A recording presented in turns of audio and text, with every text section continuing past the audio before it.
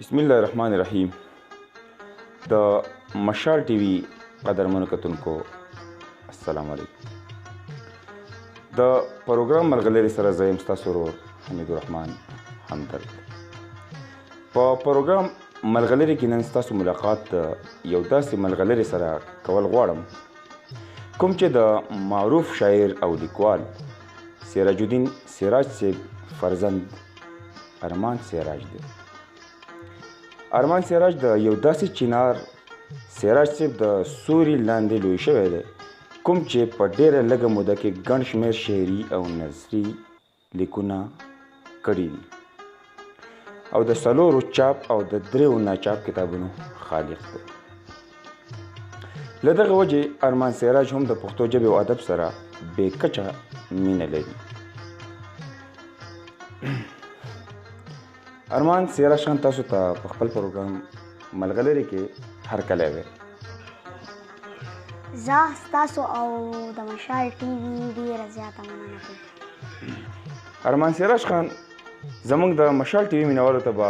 کوم کلام اورول غواړئ؟ زه به هغو ته د صاحب شاه صابر صاحب غزل وایم د زړه د درده لیونی شوې که نه، د زړه درد لیونی شوې که نه، زما صابر سته سړی شوې که نه، او د محبت ګرمي دې ولیدله، د محبت ګرمي دې ولیدله په یخو واورو کې خولې شوې که نه، د محبت ګرمي دې ولیدله په یخو واورو کې خولې شوې که نه، ما درته ویل چې سترګې مه توروه، ما درته ویل چې سترګې مه توروه، د خلکو سترګې درپسې شوې که نه، نوی الزام را باندې ولګوه زړې خبرې خو زړې شوې که نه، نوی الزام را باندې ولګوه زړې خبرې خو زړې شوې که نه، او د بڼو سوري ته مې کېنولې صابره سترګې دې مړې شوې که نه. ډېر خوندور او په زړه پورې کلام و ارمان سراج خان. غواړم چې د دې سره یو بل کلام هم زموږ د مینوالو سره شریک کړئ چې موږ ته هم خوندونه وایو، زموږ د مشال ټي وي مینوال ټول ترې خوندونه واخلي.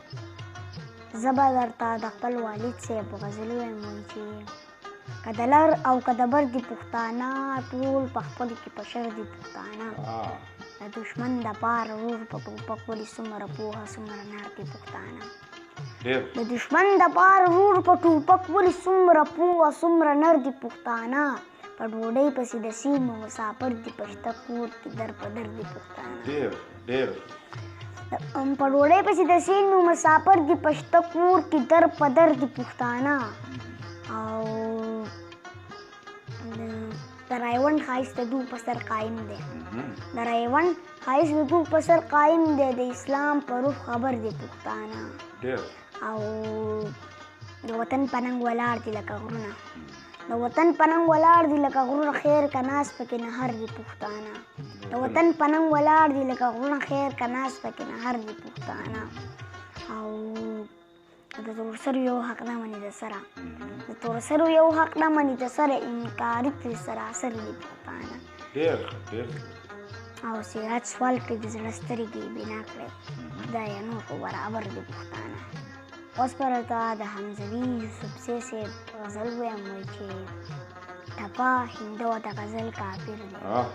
ټپه هندو د غزل کافر دی، د پښتو ژبې هر متل کافر دی، نن یې په دار کړه مقدس افسانه، نن یې په دار کړه مقدس افسانه، سبا به وایي چې ناول کافر دی، او خپل رنجیت سنګ د نصاب ایسه کړه، خپل رنجیت سنګ د نصاب ایسه کړه، زما د خاورې هر تل کافر دی،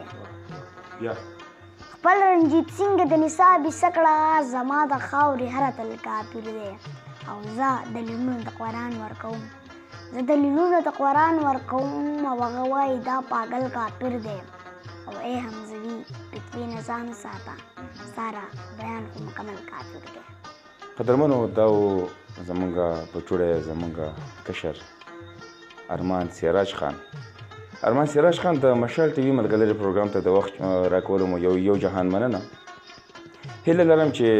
دا پروګرام به د مینوالو ډېر زیات خوښ شوی وي. مینوالو زموږ د خپرونه سرته رسي تر بلې خپرونې پورې خپل رور حمید الرحمن همدرد ته اجازه ورکوي. په لوی الله مو سپارم. د خدای په امان.